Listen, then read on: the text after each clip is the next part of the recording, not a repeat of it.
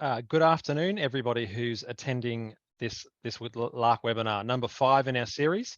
I'd just like to start today by acknowledging the traditional owners and acknowledge that we meet today on different lands across Australia, and we acknowledge the traditional custodians of the lands on which we meet, work and live, and recognise that this land always has been and always will be Aboriginal and Torres Strait Islander land. We recognise their continuing connection to the land, waters and culture, and pay our respects to their elders past, present and emerging. Once again, thank you so much for being here for our series in Leading Australian Resilient Communities webinar program. As I said, this is number 5.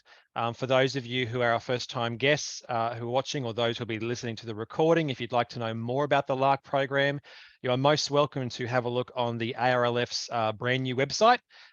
We've had a revamp recently, so I invite you to go and have a look to find out some more, and there's a tab there specifically around the LARC program. If you're a first-time visitor to the webinar program, you know that you might be new to the idea, but we're crossing off on topics that are of interest to LARC participants in our leadership program, and other feedback that we've got around what it means to work towards resilient communities. And so today we're looking at regional wellbeing. And the format is we've departed a little bit. We've gone a little bit longer today. Instead of 60 minutes, we're going for 90 minutes, and we have 3 guests today. So I'm just going to introduce them, and then we'll get into some of the questions and conversation. First of all, I'd like to introduce Andrea Selleck, who is the Chief Executive Officer of the Australian Regional Health Group, or ARHG. ARHG represents 4 small regional and not-for-profit health funds and supports them to provide members of regional and remote communities with access to high quality care at an affordable premium. The member funds are located in Gippsland in Victoria, Launceston in Tasmania, Mildura in the northwest of Victoria, and the Hunter Valley in New South Wales. So after working with these funds since 2011, Andrea and ARHG have become strong advocates for the health and wellness of rural and regional Australians, and are committed to bridging the gap in health outcomes that currently exist between those living in metropolitan and rural areas. Andrea also has a particular interest in mental health, particularly for young Australians and for people living in rural, regional and remote communities. And she's represented ARHG on the Private Mental Health Alliance and the Private Healthcare Australia Mental Health Committee. Andrea, thank you for making time and being with us today. Thank you very much, Andrew. It is a pleasure to be here. Our second guest is Louise Scanlan. Louise is an occupational therapist, mental health clinician who supports communities and individuals in the psychological recovery from disasters and community crises. In her role as Regional Adversity Clinic for the TRACC program, Louise works with services and agencies to build community capacity and mental health literacy. She holds a Master's in Public Health and lives in the beautiful Wide Bay with her partner and their spoilt rescue cat. Lou, thanks for being here with us today. My pleasure. Nice to be here. Thank you. And finally, our third guest is Stuart Crosswaith. Stuart works on his 5th generation family dairy farm. Prior to that, he worked in different advisory roles within the dairy industry. While farming, Stuart has been significantly involved in the northeastern Victorian dairy industry development. He was chair of the Alpine Valleys Dairy Inc. for 10 years, Murray Dairy board member, and most recently formed Australia's newest dairy cooperative, the Mountain Milk Cooperative. Stuart has been involved in many innovations and initiatives to grow the local dairy industry. He's very passionate about his local community and those other rural, regional and remote communities around the country. Stuart, thank you so much for being here. No worries, thanks. So I'm going to start, we'll go around to each 3 of you. I've got the same question that each of you could respond to. So Andrea, we'll start with you. So what does wellbeing in regional and rural Australia mean to you? It's a good question, because it means, I think, I've been pondering it and thinking, well, it means different things to different people. I think if you're unwell, you want to get well, and in your mind, that's the idea of the notion of well-being, as in I don't feel unwell anymore. But it goes all the way through to a sense of being mentally and physically well, with both of those in balance, and you're actually becoming then a contributing member to your community and your society. So without those two, so health in literal health, physical health, and then mental health combined together, what I think are essential to create a state of well-being. Thank you. And Louise, what does well-being in regional and rural Australia mean to you? Thanks, Andrew. It aligned really well with the World Health Organization definition. It's the physical and mental and social well-being of people living in community.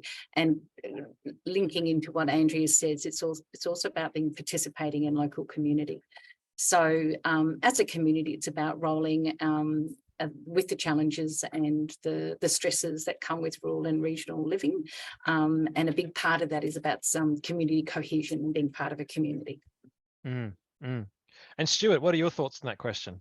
Yeah, I'm thinking about it in a slightly broader sense. I think about well-being in a similar light to sustainability. Sustainability can be interpreted a number of ways, just like well-being. I think when I think about well-being on face value, it has a health connotation around mental health and physical health. But for me, it's about, are you connected? Do you feel safe? Are there opportunities for business, sport, leisure, home? Is there an opportunity to establish a family in my community? Am I happy? Is it sustainable here? Is the environment sustainable? Is that...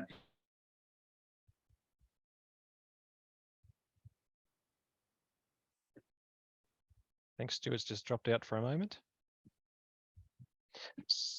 So while we wait to see if we get him back, Lou, I just wanted to pick up on a word that you used around participation. And I think we can all acknowledge to a greater or lesser degree that coming out of COVID did sort of shut down a lot of what people would see traditionally as participation in their own communities. From your perspective, being out there in the field, levels of participation, have they sort of recovered? Were they impacted in regional and rural areas as much as perhaps the urban areas? And if so, have they come back? Absolutely, and it's a really good question. What we found in a lot of our rural areas was the lack of movement. So people visiting small towns, people going to local cafes and the road trips between smaller towns. So when that stopped, everything really ground to a halt. Communities are back on their feet, but it's not an equal picture across the board. I think different towns have managed to ride it through, but it's not without its enormous challenges in terms of getting the workforce back, and then of course finding them a place to live in the community so they can take up work there. So it has had a big impact, and it's an unequal picture across the area. So Andrea, I just wanted to ask you a question. Obviously, you work in that area of health and provision of health. The distinction between public and private health can be a somewhat grey area for those of us who are not well versed in it. Can you share a little of what that looks like in your understanding from your very well versed perspective? Yeah, the distinction is mental health is hard to. Health is hard to navigate.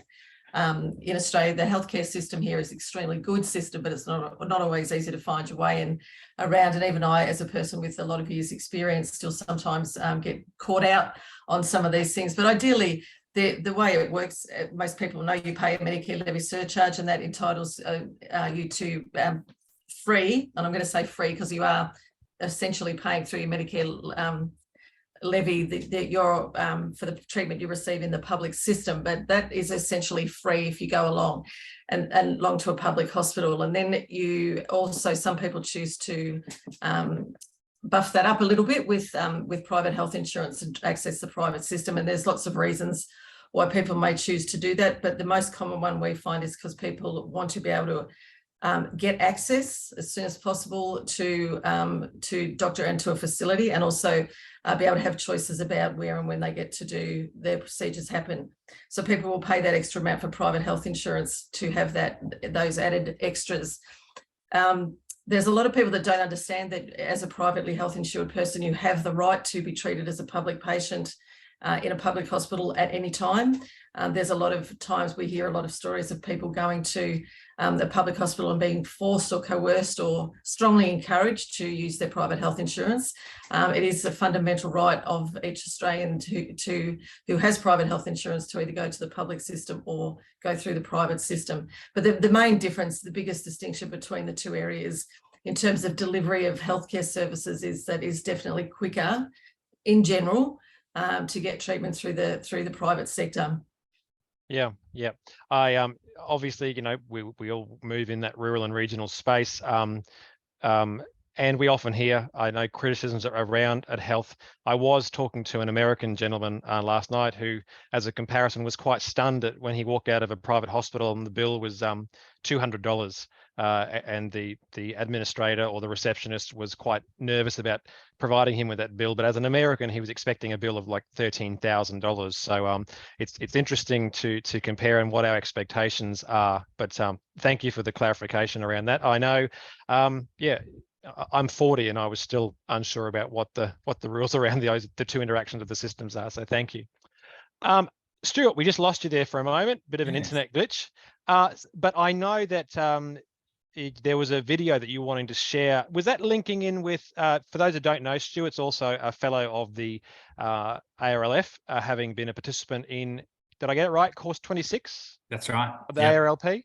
Yep. And you're working on a project. Was this video linked to yeah, that? I'll show that in a sec, but just to give a little bit of context about why I'm showing the video, we, as a cohort, every cohort through the ARLP Australian Rural Leadership Program has to come up with an initiative, and I think most of the intent of the initiative is to actually get 30-odd headstrong people to decide on a topic.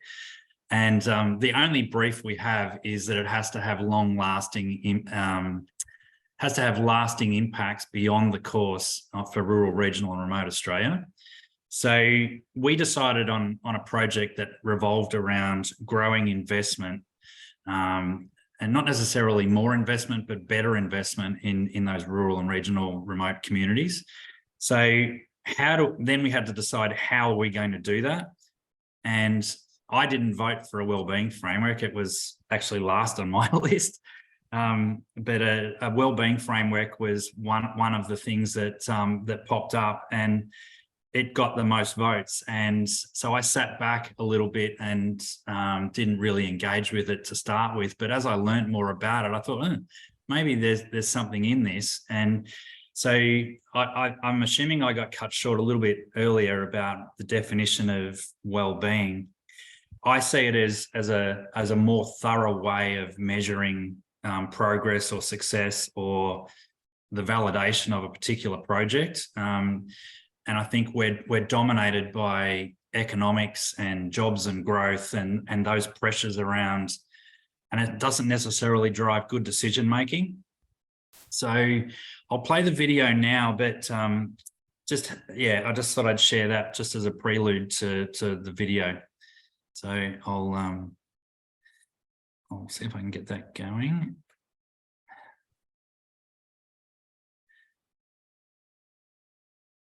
All right, we good to go? Is that ready to go? A land whose people have roamed for 70,000 years. A natural wonder held in awe by all who see. Diverse in landscape, rich in culture. But why are we in such a hurry to advance, develop and grow? Into the cities we are drawn. We go here for jobs, a family and homes. We urbanize our efforts, our thinking, our focus. So how can we be connected, equal and one? And what of our regions, our rural towns, our remote and distant places? The people seem stoic, resilient and get by. But we need to look deep, to pull back the covers and ensure these communities are not forgotten or left behind. We must enhance the well-being of our rural communities so they can flourish. We know all is not well outside of the cities. Imagine thriving, resilient, prosperous regions where no Australian is left behind. As a proud Australian, we have to take charge of our destiny for the sustainability of our rural communities. The policies developed in the cities just don't work for the bush. Imagine if well-being, resilience, and prosperity were at the forefront of decision-making in our communities. That's exactly what a well-being framework would deliver.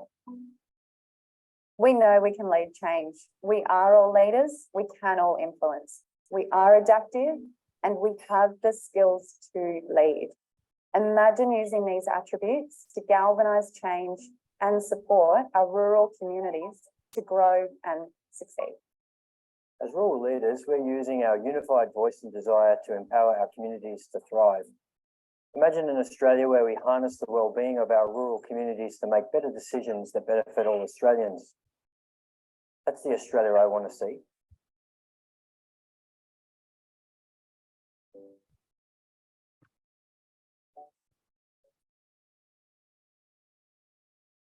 Yeah, so we missed the very start of that, but I think you got the picture.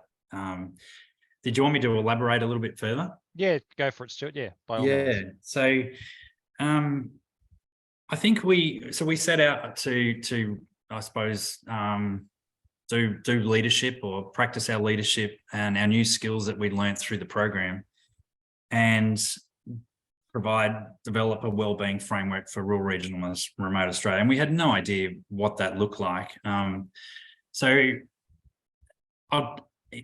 We've got experts talking about various aspects of the health industry today with us, but just remember, I'm a dairy farmer and I'm a rural leader, I suppose. And I think everyone is leaders in some capacity, but so we set about really doing a leadership project, and it became pretty clear pretty quickly that there's lots of people like Andrea and Louise operating in this sort of space, but there wasn't a national coordination. There wasn't even state coordination, and lots of people with fantastic CVs and fantastic efforts, but nothing really pulling it together. And so we've liaised with federal politicians, state politicians, national and state associations of local government. Across our cohort, there's 35 of us that are scattered through all corners of the country, mostly in rural and regional areas. And then we have all of our networks. And then you've got the ARLF alumni on top of that, where there's 1,500 or 1,600 people involved in that. So we have an amazing network that we need to mobilise, not to mention, the likes of Louise and Andrea that are actually practicing professionally in the field. So trying to bring all those people together is really what our project's about. So yeah, it's been hard for us.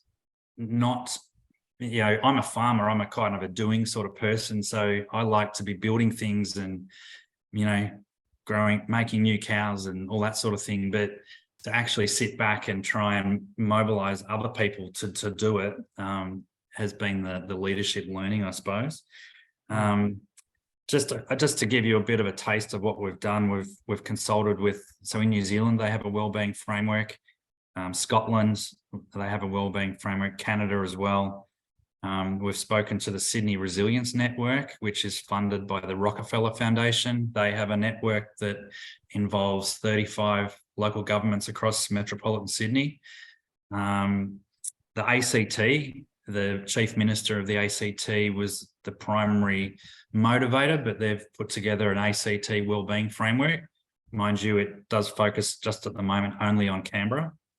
So how do we look after, rural and regional areas? The federal treasurer in the last budget spoke about, the budget statement saying measuring what matters, which has an underlying intention of bringing together a wellbeing framework for the country. But what we've seen around the world is that they tend to gravitate to where the cities are. So how do we, because Australia has pretty unique rural and regional areas that are in some cases very remote.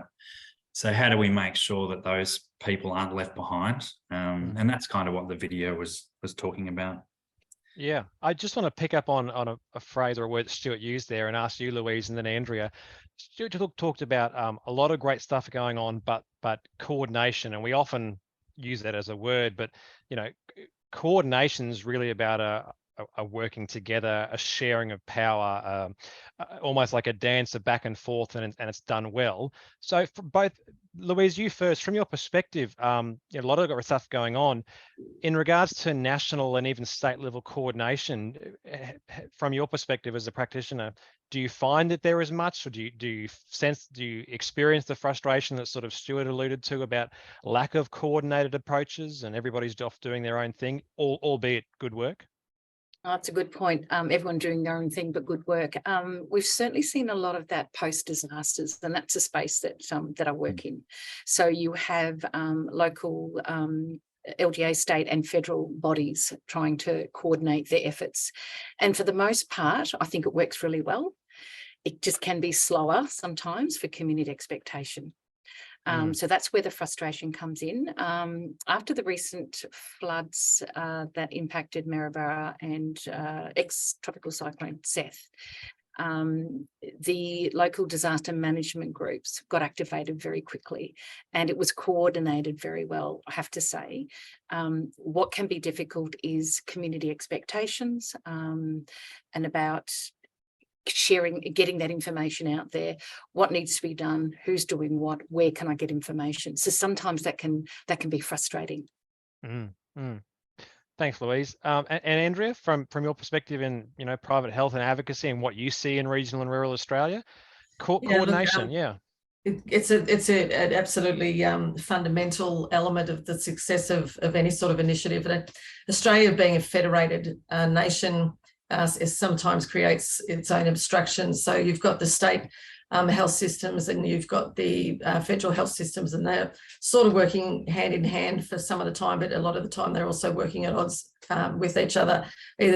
Usually, let's give them the benefit of doubt, usually unintentionally, but sometimes there is deliberate desire to carve for certain states to carve out their own pathway, and all that ends up becoming a huge bureaucratic mess that stands in the way of the delivery of good outcomes. So one of the things that ARHG advocates for and has been lobbying the federal government for is for a regional minister who actually has a place in cabinet, somebody who actually is authorised to get around and make decisions. And with part of the advocacy that we put forward a blueprint that came out of there was a report out of New South Wales I think it might have been May last year, about regional and rural health, and the commission actually that did the report came with a recommendation of how you could fix the problem. So it came with a series of recommendations. So we went to government and said, we need a regional minister, and this is what this regional minister needs to do. And that's how we feel that if we can get representation at federal level, and then you can start to set up subject matter expert working groups and those sorts of things where there's one fundamental source of truth at that level. Now, we haven't been successful in doing that, so that tells its own story. But nonetheless, it's one of the things we strongly advocate for, because there's no doubt that there is significant inequity in the health and wellbeing of regional Australians versus metro Australians. And we're really about bridging that gap. And we think a regional minister may go in some ways to do that. Some of the states don't even have a minister for health at a state level. So for regional health, so it just makes it, I think if we can start there and getting some traction there, or get a little bit of rubber on the road, we might have more success in having working groups that are authorised and who have the mandate to affect change. Yeah, no, thank you. I'm going to stick with you, Andrea. I have a follow-up question, but I'll just remind our viewers that if you wanted to use the chat function to let us know your name and where you're from, that would be great. And we also have the Q&A function as well. So if you have questions for any one or two or three of our guests, you are welcome to put that in the Q&A. And just letting people know, Louise will be with us until 1 o'clock, and then we do have Andrea and Stuart able to stay with us for a bit longer after that. But Andrea, just following up on that, what you've just been saying, and obviously that affects things on the ground, and tying in with what Stuart's talking about in regards to wellbeing a little bit, sort of a broader perspective. How do you see the presence or absence of sufficient and efficient health services contributing or taking away from that broader sort of sense of wellbeing in regional Australia? I think it's just the absence of thriving, the ability of a community to thrive if they don't have access to appropriate healthcare, because it underpins pretty much everything. If somebody's wellness and wellbeing is subpar, then their overall contribution is going to be subpar. And that's just because of the way that they're feeling at any given time. So it's in the city, in metropolitan Melbourne, you're surrounded by care and able to access it very easily. In regional areas, that's obviously not the case. And it's not just a resource issue in terms of finding enough doctors and practitioners, clinicians to work in regional areas, but it's also things like this distance you have to travel and those sorts of things. So we haven't been very innovative in terms of thinking about ways that we can bring healthcare solutions to rural and regional communities, because we constantly work with on the premise where the individuals come into where the healthcare is located. And for some people, that's just not practical. For people like Stuart, who's got a farm to run, he can't, if you have to have treatment, you can't be traveling to the Melbourne or Sydney or whatever as easily as somebody who's located there can. So therefore you tend to put off getting perhaps the treatment that you need, or the diet, or even the initial just standard tests and things we do to check that we're all doing okay. A lot of people in rural and regional areas just don't, that's not as easy for them to do that, so they tend to leave it, and then you end up, unfortunately, quite often with people who, when they do finally get the care that they need, they're in much worse condition than they would have been had they gone earlier.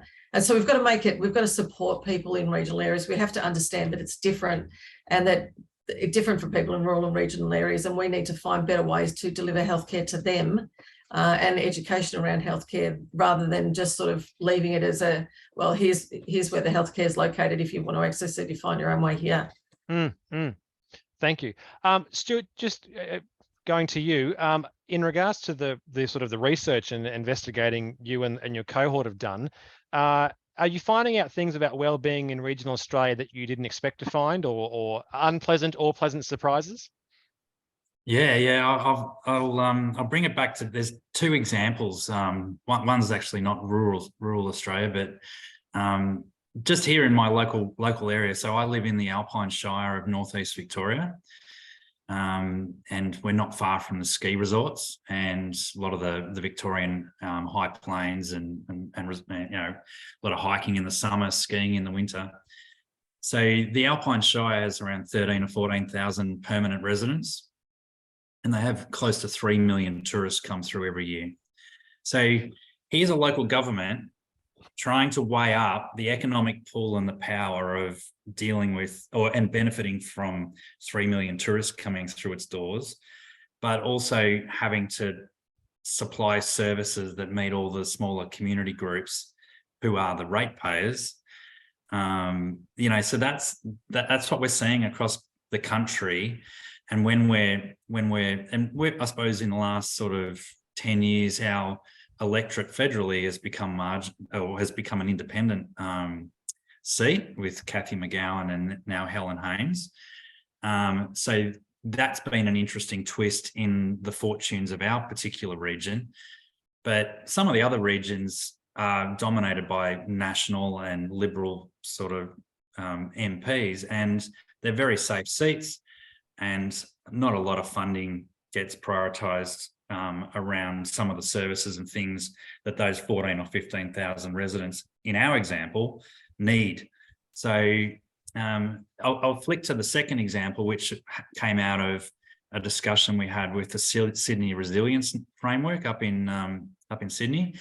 And one of their local governments was metropolitan Sydney, so the inner city.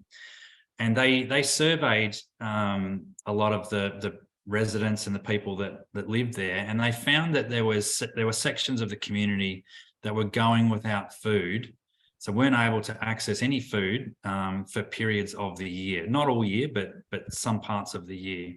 So they wouldn't have unearthed that without some sort of broader database of information coming back to that they could triangulate that there were sections of their community missing out.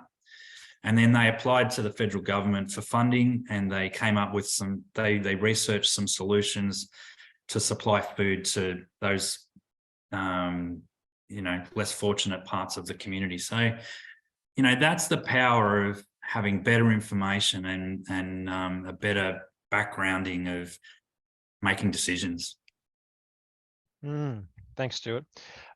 Louise, I wanted to ask you, as your role now as a regional adversity clinician and throughout your previous career, what are some of the innovative ways that you've seen well-being, recovery, resilience being strengthened in communities? Whether that's finding surprising things that Stuart talked about, or advocacy. Yeah, what are some of the innovations that you've seen? There's been some really interesting stories around. The ones that pop into mind is an example following the Lismore floods was the Koori Mail organisation, which is a First Nations newspaper. And they lost everything into the floods. Yeah. But prior to the business being lost, the building, they were able to get all their computers and communications out. And what they did a massive pivot to become like an evacuation hub. And they were able to coordinate and communicate needs for food, clothing, supplies that people needed in the initial days. And it really brought together a sense of community and recognition of organisations that do work in their community. Another one that happened also in response to a flood was in Victoria, and it was the Lockington pub. That area got flooded in 2022 in October. And the pub became an evacuation point to supply local areas for food, shelter, and clothing and things that they needed. But what was interesting about this one here was that the pub had been on its knees for many years and it was ready to close. So the community bandied round together and they developed a co-op. And they bought shares and it became a community-owned pub. That's happened in a couple of areas across the state, across Australia. But the sense of a social hub that supports its people could not be any stronger. And that's when it comes down to resilient communities and communities that look after each other and communities that are able to pull together, whether it's a disaster event or a community tragedy, is about being part of a community that looks after each other, that is, ready to drop tools and help someone out. So anything that works in the community to bring people together is what's going to work. It's getting to know your neighbours. It's supporting your local neighbourhood centre, who are the lifeblood for a lot of these small towns who run on nothing except goodwill and passion for their community. So there's lots of examples out there. More locally in the Queensland area that I come from, in Wide Bay, there was a community that wanted to put together a short film of talking through tough times. And what they did, they interviewed senior members of the community who had been through adversity, who had been through floods and droughts, and they wanted to impart some knowledge for their younger community, what they did. And it was about sharing stories of different generations of pulling together. So communities can do a lot of things to build that connection, and every community needs to find its own voice and its own way. But people can do it, and there's some really great stories out there. I noticed a lot of your stories grow out of, when there's been a really tough time, a disaster. And it's amazing to note the creativity that often flows in the wake of those events. Do you know why that sometimes we struggle in the everyday humdrum of life, when there's no disaster, to flow with that innovation and creativity that often seems to manifest after times of intense distress? That's a good question.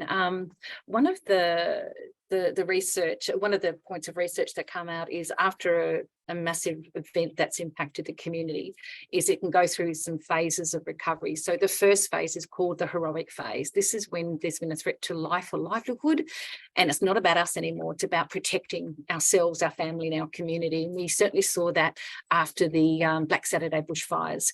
I don't know if people recall, there was images of koalas being saved by this woman running through the forest, with taking the clothes off her shirt to save the wildlife. It's an example is maranis, people getting out there to helping. It's that sense of bringing everyone together. And then after that, there is phases that a community can go through, like a honeymoon phase, where everyone's aware that we've gone through this huge event, and it's people, that sense of altruism, that sense of community. Why doesn't it last? Well, guess survival mode isn't a constant phase, which is good. We're not designed to live in a survival mode. I think we get back into regular life and the normal struggles and challenges that we all have. So it doesn't have to always take an adversity to bring people together.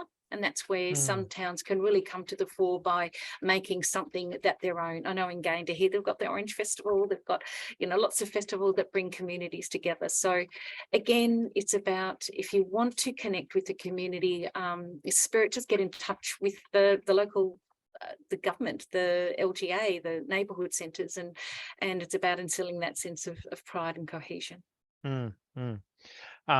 Thanks, Louise. Right now I'll give a plug for the ARLF and our partners.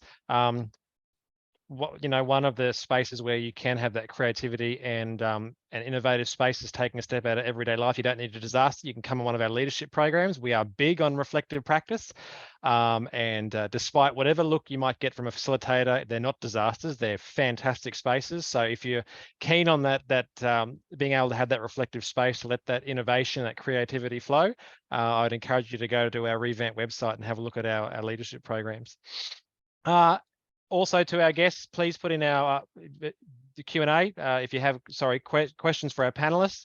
Otherwise, I'm going to take up all the time with what I want to talk about. But Louise, when you mentioned the cooperative pub, I'm looking across at Andrea thinking, cooperative medical practice. I wonder if that's a model that's been tried before. So, but Andrea, while I turn back to you, you would have seen a lot of things in your advocacy work and peak body work. Where have you seen innovation or really creative ideas at addressing that inequity in regards to access to services that can plague regional and rural areas? Have you seen really cool solutions that you've gone, wow, I wish we could replicate that? Yeah, there's a few. There's not many, but there is. It sort of sits around the notion of a health hub, which I was vaguely referring to before, was a place where a person can go and get a series of diagnostics done there and then, and get immediate information about whether or not they need to pursue something with their doctor.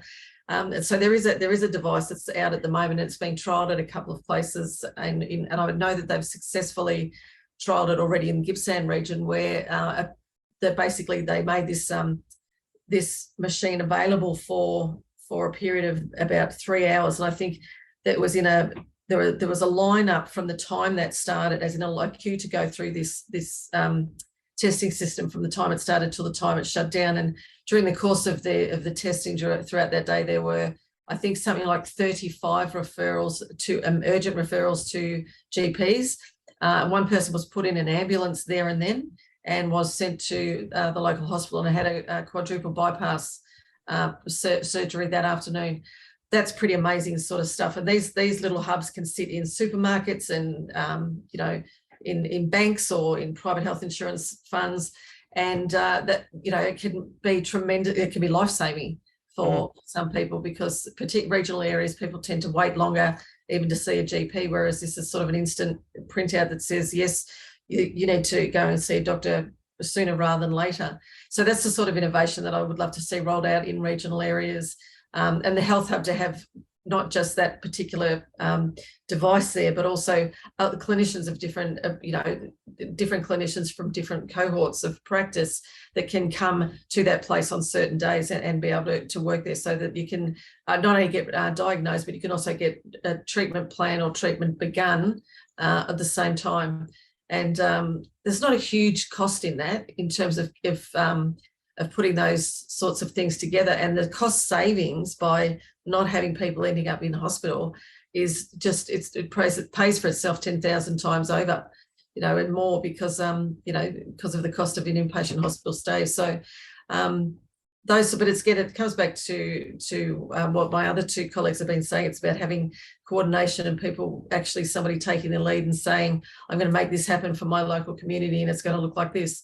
And we'll collaborate with the community. What do we need? What do we want? And how does it make it work? And unless you get somebody on the ground that's really pushing that, it's very difficult, and hence one of the reasons why I think there's not as much innovation around that. Another area I think that of concern, if I was advocating in the regional area around infrastructure, so there's a lot of people that we could deliver more health-wise in terms of technology, wearable devices, all those sorts of things that you can, devices for people with diabetes and you know, heart failure, all those sorts of things that can measure your body in real time.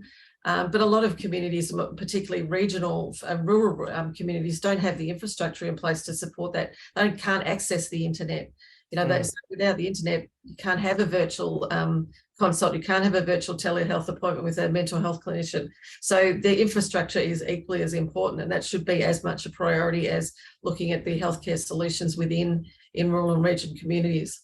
Yeah, thanks, Andrea. Stuart, Andrea just mentioned about having, you know, the people in communities who drive, you know, get behind things and drive them. I mean, I'm sure you're exposed to, whether it's your own cohort, other cohorts and alumni of the RLF, people who are, you know, driving stuff in community, who might not be, you know, a specialist in that area, but are certainly passionate about their community and using leadership behaviors to sort of engage that. Have you come across, are you coming across that more and more? Yeah. Look, I mean, you know, we've encountered some pretty big disasters just in the dairy industry, you know, and you know, we're now surrounded by gigantic international corporates that don't do a lot in the communities at all. So, you know, a group of us got together, and I think Louise mentioned the co-op. You know, we formed our own cooperative to wrestle back, you know, some control and be in charge of our future rather than being dictated to by an international corporate. So I don't know. I think when you're up against it a little bit as a community, people come out of the woodwork to try and navigate a better future. And it's interesting who those people sometimes are. I think when we think about leaders, they don't necessarily have to be the progressive farmer or the, you know, I think the best leaders are the ones that you don't really hear of a lot from. Sorry. So yeah, I'd support what you were saying before about, you know, your little advertisement for leadership programs. You know, I think people saw me as a leader, but I never really wanted it.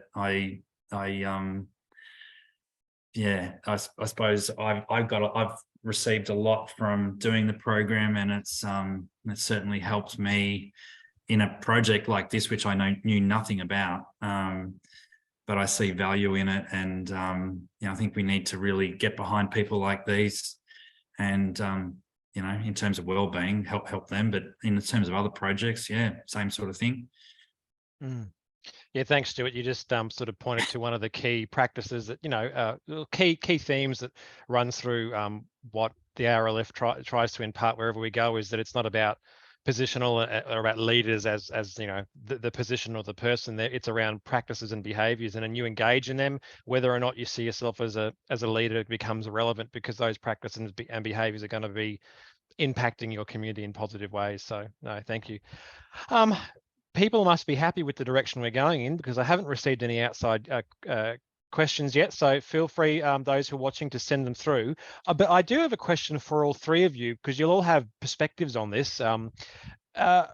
Obviously, in regards to both health and mental health, but also other positions that we need in communities that contribute to the overall well-being and sustainability of a region.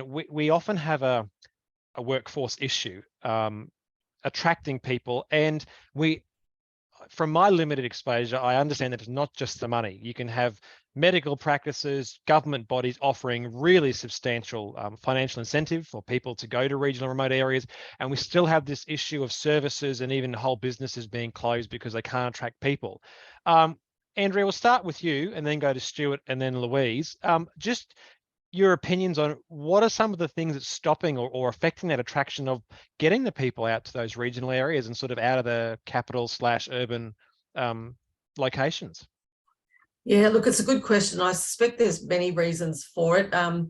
if somebody, I would imagine if somebody grows up in a certain community and then goes on to develop a profession like in the health and wellness sector, they're probably more likely to want to go back to where they began to practice. So, but I think most people tend to move into the city to do the training and then get caught up in the metro system. It's easy if you're a clinician or a practicing clinician, it's easier in the metro area because everybody's closely located, so you don't have as much time traveling.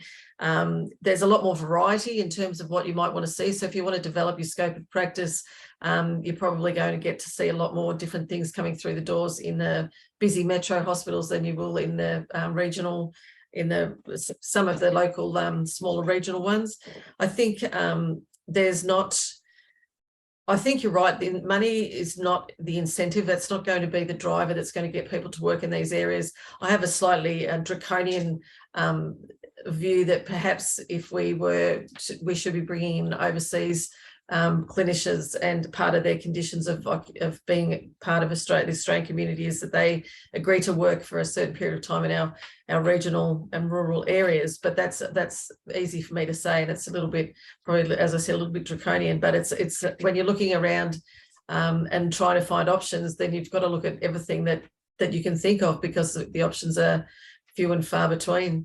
So I think probably it mostly would be the travel and, people wanting to be in the cut and thrust of the metro areas for the purposes of practicing their profession.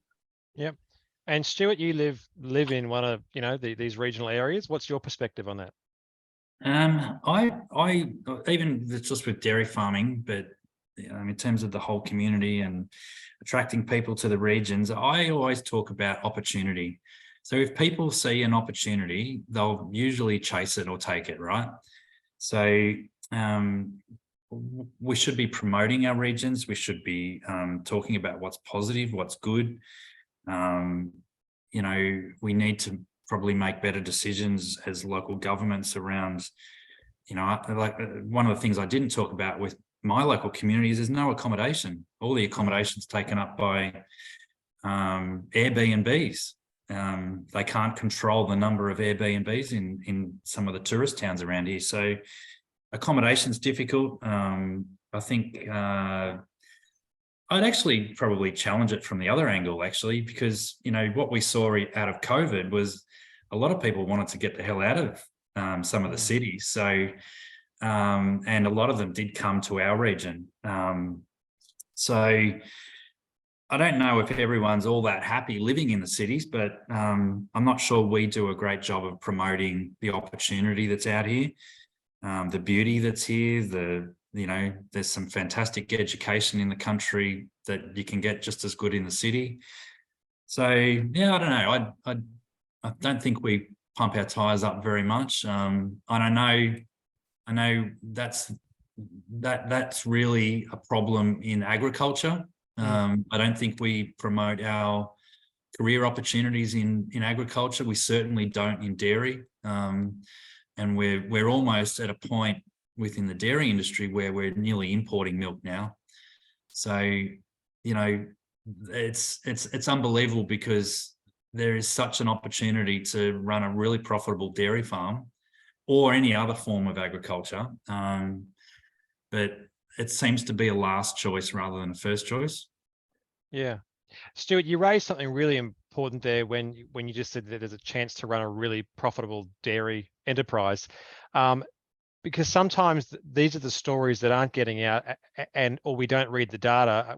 I was just discussing with a colleague the other day, sometimes the stories we're telling ourselves aren't actually true anymore. So for someone, a Queenslander like me, who grew up around the time of deregulation of dairy, for myself as a Queenslander, there's been a very negative self-talk, self-lib about what it must be to work in the dairy industry, which, from your experience living that, knowing the data, is in direct contradiction to what some of the narratives that we tell ourselves around industries and regions. So no, thank you.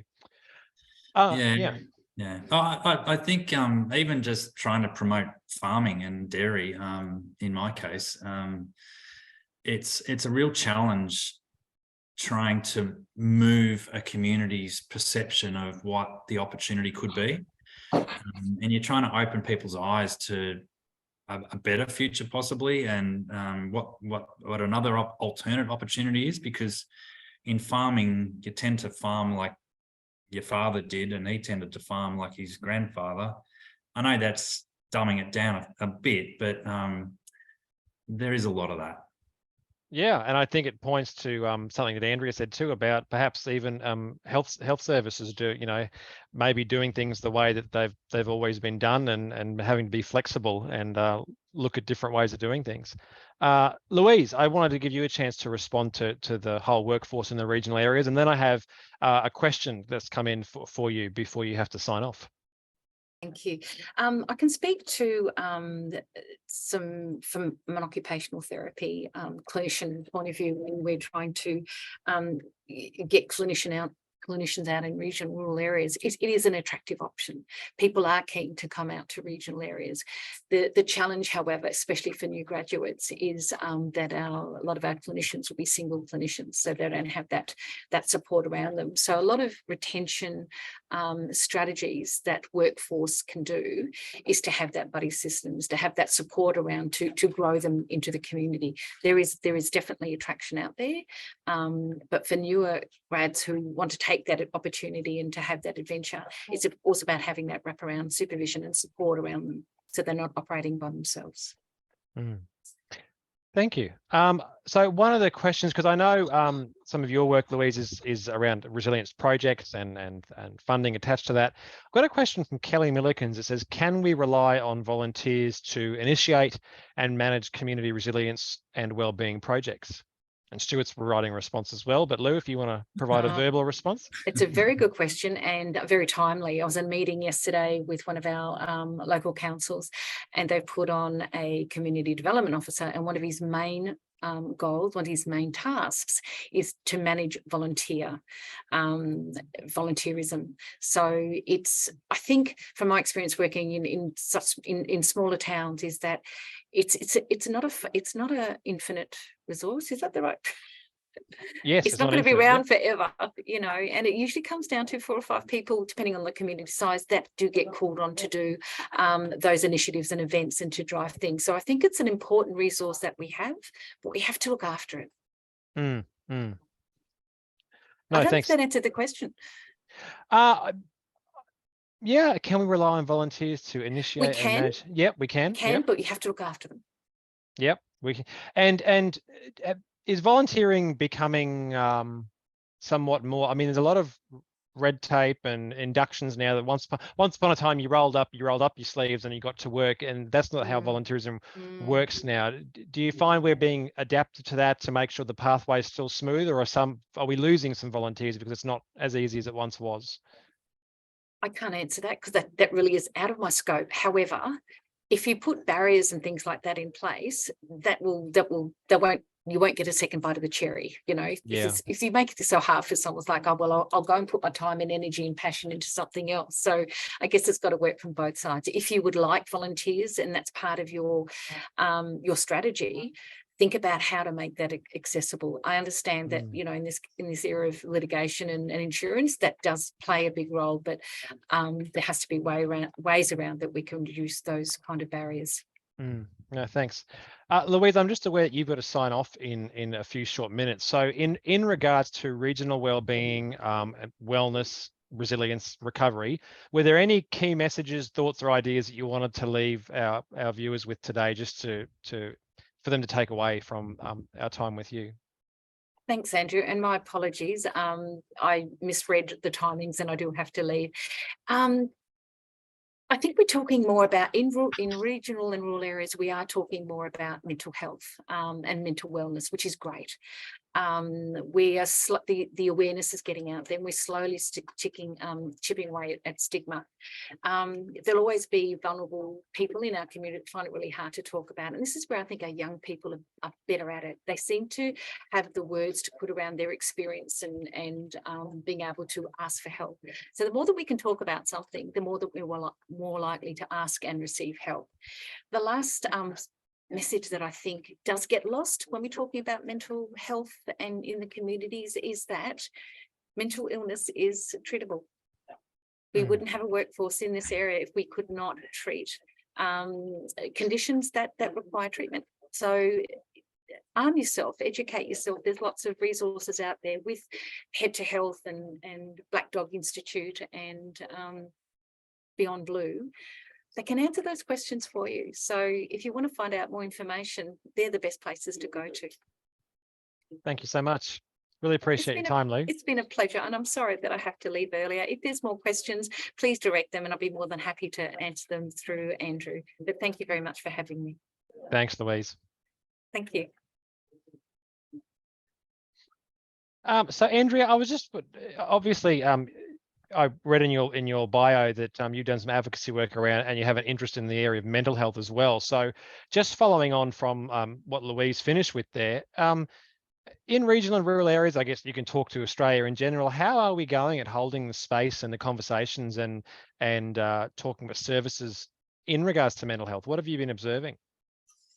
I think there's a lot of talk and a lot of we shoulds that you hear, but in terms of practicality, things actually happening, it's a really complex area, and it's becoming more complex. And it's one of those. It's a bit of a hot potato that nobody really wants to have sitting in their hands for too long because of the challenges associated with it. So unfortunately, I personally don't think we do mental health well in this country, and I mean in the regional, in rural, regional and metro areas. I think we don't necessarily have our models of care correct, and we need to be looking at more innovative ways of delivering care. Again, telehealth, bringing telehealth, mental health to rural and regional communities via a telehealth platform is a great solution. It's proven to be an effective way of treating some people in need of mental health treatment. But if it's prohibited or encumbered by the problems with internet and whatnot, it's. Sorry, my Siri's talking to me. Oh man, AI is taking over. It is. That's really funny. Which might have been probably something more sensible to say than I've got to say. But yeah, no, I think we've got a long way to go, Andrew. I think we've got a long way to go before we get it right. But I think that it's equally a problem in metro as it is in rural and regional areas. Yeah, thank you. Stuart, I mean, as you said before, your co-op's been looking at wellbeing somewhat more broadly, but I'm sure mental health has raised its head in that. What have you been discovering, and what are you? I mean, you live in a rural area. You're a rural male yourself, so yeah, I'm sure you have thoughts to offer on mental health, how we talk about it, and how we hold that space, and how we service it. Well, yeah. Before we started the webinar, I was telling you about my wife, who's very similar to Louise. She's a mental health counsellor, first responder, and she's been involved during and post the Black Saturday bushfires that were just locally here, and she's just been awarded a Nuffield scholarship, and we just spent 3 weeks travelling across Canada, which I think I'll give you an example. I'll answer your question with that, because they've done a really big research project right across rural Canada, looking into farmers' mental health, and it's just an interesting tweak on words. But in Australia, we try to educate our farmers around being better business operators and having business skills, and the dairy industry is fantastic at providing courses like that. But in Canada, they talk about it as managing risk. So one of the biggest, the angle they're coming from is there's lots of risks in your business that you can control. So in my case, I can secure my milk price, I can secure my grain price, I can contract my labor, I can contract my fertilizer, I can take a lot of financial risks out of play.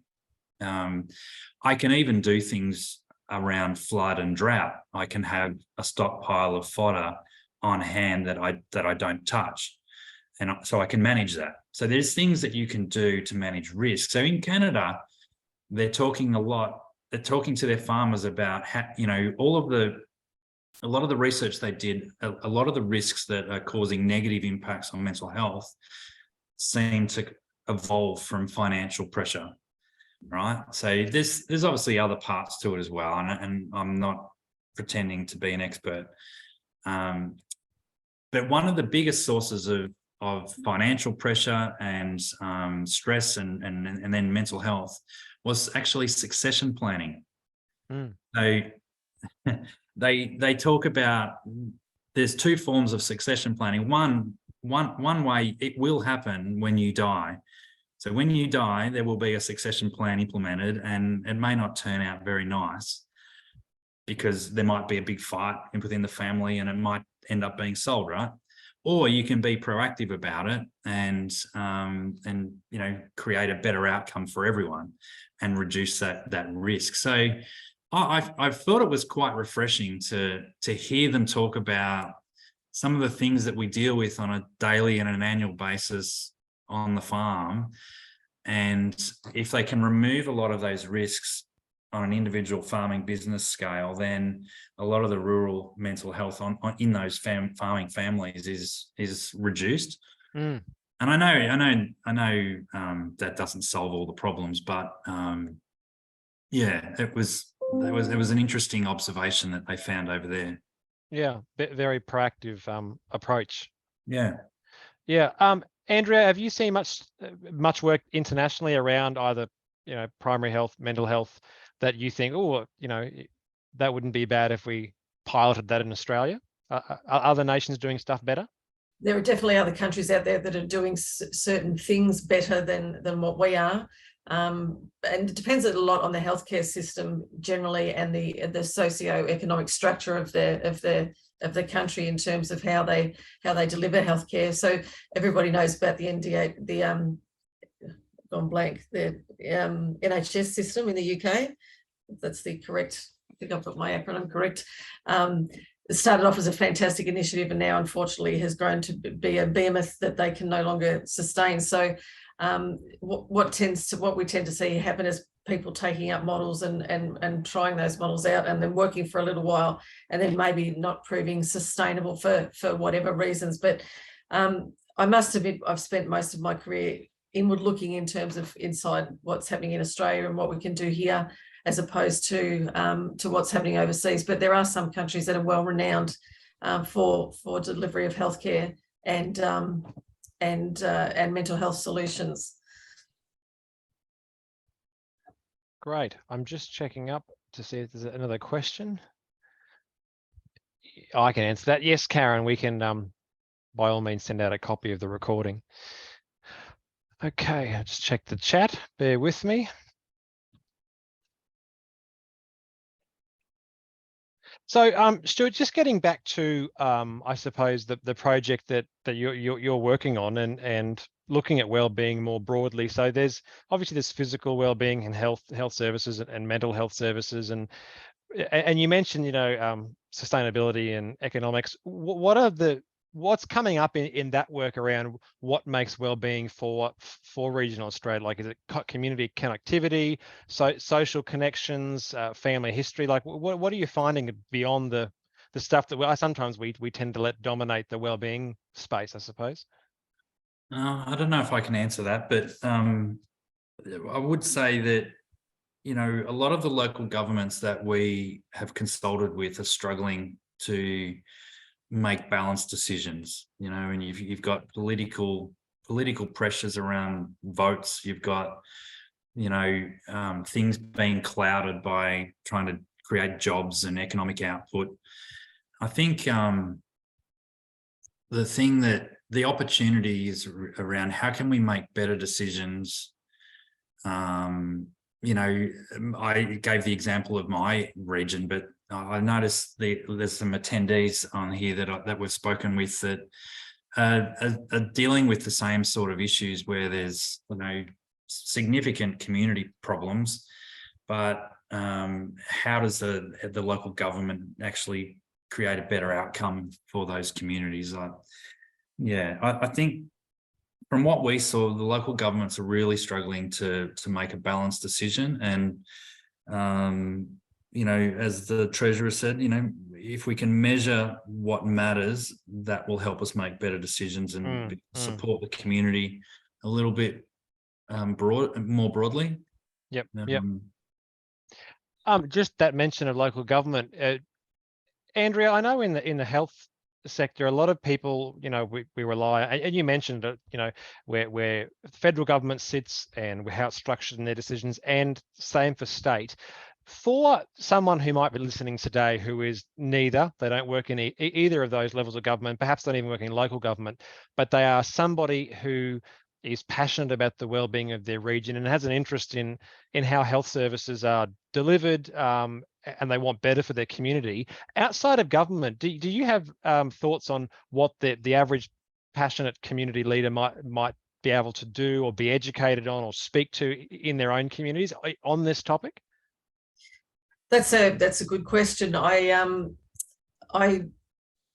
I'm probably not aware of the opportunities that are out there, but I do believe that there are opportunities there, and there are some communities that I know are more proactive in that area in terms of offering courses and sponsoring and leadership and mentoring and all that sort of stuff. And I know that certain states seem to be quite good at doing it as well, and probably call out Tasmania in that regard, in terms of really trying to bring leaders to the fore, or potential leaders to the fore. But other than the government avenue, I think a lot of it just depends on what a local community, if there is somebody within a local community with an initiative that has got some support behind them, that can then go ahead and take something somewhere. It's really all about the people on the ground and their appetite for being the one that has to drive that change through. Yeah. And sometimes it can be hard to access the people that you need to access, or sometimes it's hard to know who the people are that you need to talk to. So you could sort of be stymied before you even start. But we've talked today about really good, solid communities that know how to pull together when times are tough. I guess it's a less drastic set of circumstances when you can get a group of people together to drive for change around health and health outcomes.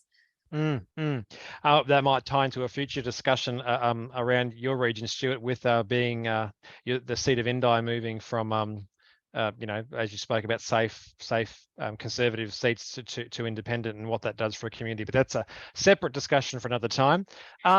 We have a pretty quiet audience today, so we might actually look at winding up just a little bit early. I just wanted to ask the two of you, so Stuart, you first, if there's, in regards to regional wellbeing, the language that is used, what you've been learning, any sort of thoughts you'd like to leave either our viewers today or who might listen to this recording in the coming weeks? Yeah, great. Thanks for the opportunity to do that. Yeah, look, as I've highlighted, I'm a farmer. I'm not in the mental health space, although my wife is trying to, educate me around that. But we are working away in the background where we're trying to rally a coalition of organisations that can put some support behind a potential proposition that we put to the federal government around. We want to start with a pilot program with local governments around the country, and here in Victoria we've got three. I've got three. We've got philanthropic organisations. We've got huge corporates that are very high up on the ASX. Who are very interested in well-being across the country, and in particular regional Australia. So there's a lot of interest in our work and research. Over the last few years, we had a few conversations with ALGA, which is the Australian Local Government Association. So they're the overarching body that represents all the local governments around the country, and then they deal with also the state-based associations like New South Wales Local Government and the MAV in Victoria. They said pretty clearly to us that in terms of a future policy direction, they won't do anything unless the local governments, the ground up, is really demanding this. So we've had an approach where we've been out and about consulting with local governments, but we've also been working from the top down trying to build a coalition of supporters. So anyone that's of interest is really interested in being part of that coalition or wants to see a regional Australian wellbeing framework. So I won't say it's not wellbeing as such, it's a wellbeing framework which generally has lots of domains, including economic stuff and environmental stuff and so on. If people are interested in that and want to be part of the discussion, and it's difficult getting your network into all of the networks that are here listening today, but if anyone is really motivated and really interested in being part of the future discussion, we're actually on the verge of pulling all of that together into a roundtable to then put it out and build the business case for a pilot program for regional Australia. So, and a big part of that, there's lots of wellbeing frameworks, even in Australia. But there's one that's got more of a national approach to it, which we've aligned ourselves with. So yeah, we've got some nice pieces of the jigsaw together now, and it's just a matter of pulling the right people that are motivated and energized to really take it forward. And you know, just personally, I won't name names, but there was a really significant politician in the previous government that said to us that this would put a science behind us being able to make better decisions. Okay, so just think about that for a sec. You know, here they are probably allocating funding based off things that doesn't have a lot of science behind it. So I think that, getting back to the word opportunity, that's the opportunity that we have, and it is challenging a handful of ARLP graduates trying to get everyone dancing on the hill. It is a real challenge trying to keep that momentum and keep it moving, and we need, you know, really smart professional people that might be listening today to be part of that. Just while we're on that, I've just had a question come through specifically to you. So getting that wellbeing framework or index off the ground, why do you think it's been such a long and hard battle? And I mean, you alluded to multiple parts and willing people, but yeah, obviously it's been a long, hard battle. Yeah, look, I mean, we've gone for, you know, we could shrink it back to a Victorian pilot program and even a Northeast Victorian program.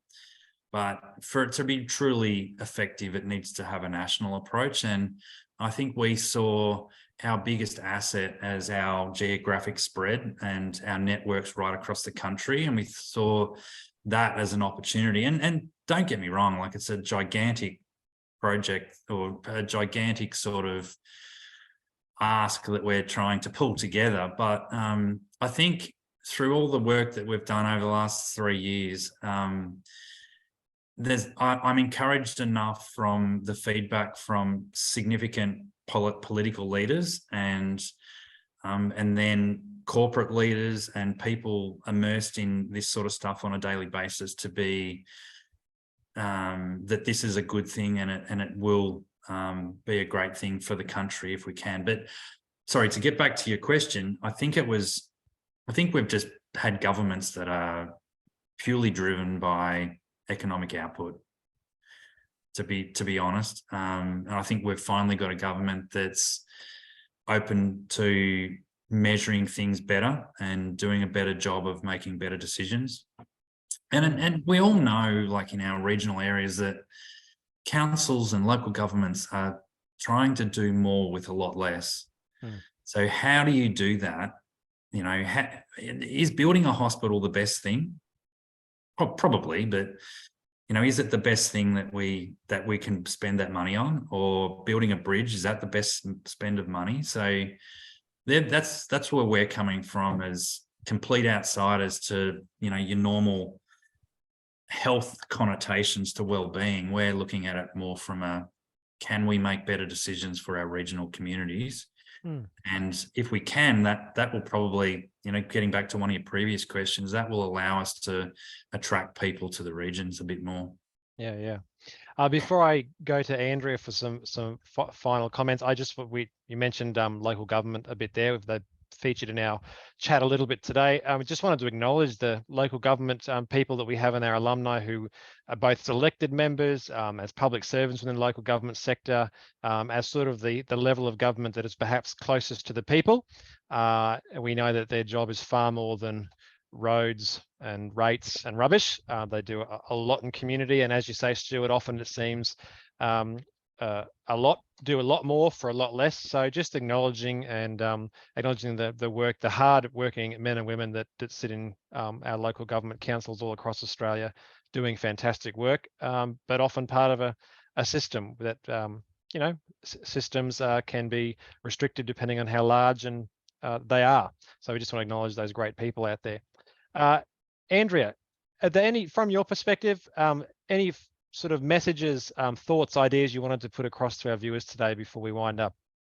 Yeah, look, I think I'd just like to say, just to reiterate what I said earlier about the obvious inequities in terms of health outcomes for rural and regional Australians versus metro, and the sort of set and forget mindset of the government in regards to dealing with regional health issues. So I would just encourage local, rural and regional leaders, people that are listening today to this webinar, or participating in all the different initiatives, to keep the narrative going. It's not okay that there is certainly in a country like Australia at a time like now, that the equities should be so different between the health outcomes, and I don't think we should ever rest on our laurels and just accept it that the current reasons that are cited for that being the case are acceptable. We've got to find different ways, and we've got to get better at it. So I think that talk to local MPs, anyone that will listen to you, and just keep trying to drive the agenda to get the regional health of regional Australians on the much more in the political map. Yeah, thank you very much. I just need to do a couple of things before we wind up for the day. I'd just like to share an idea that recently came from one of our LARC participants on a leadership program, and the thought was around imagination gets so much bigger when you don't have to worry about red tape and regulation. And from that, the group was talking about the idea of giving their teams permission to dream for an hour or two, pretending that red tape and legislation didn't exist. So I wanted to share that in regards today to our webinar viewers, in regards to health and wellbeing in our regional areas, that sometimes it might be good to give you and your team some permission to take in your imagination, take away a world of red tape and legislation and imagine what could be possible. And then you can bring the red tape and legislation back in and work around that. I thought that was a great thought provided by one of our participants, and it links to today. I recognise that we have been talking about regional wellbeing, and we've talked about health and mental health. And if you are struggling in any of those areas, we just want to encourage you to reach out to get support from your local GP, to mental health clinicians that may be working in your area. There's the Lifeline National Line 13 11 14. There's Men's Line Australia 1300 789 978, and of course countless other phone lines that you can look up with the simple internet search. So we encourage you to reach out if any of this has sort of been triggering or reminding you that you're not in a great space yourself. We just encourage you to look after your mental health and reach out for that help. Andrea and Stuart, we're just so grateful for your time today. We thank you for the work that you're both doing for regional and rural Australia. We recognise it, and we recognise how valuable your time is. So we appreciate you giving an hour and a half of your time today, and a time for the preparation. So thank you both so very much. Thank you. You're most welcome. Thank you. Yeah, sorry. No, all right. And our final LARC webinar will be next month. That is a discussion around the power of alumni networks. So please jump on the website to find out more about that. If you want to get registered, we'll be having some fantastic guests around what it means to be alumni, and what you might be able to accomplish, like Stuart and his cohort are right this very moment. Thank you, everybody. Have a fantastic day. Thank you. Thank you.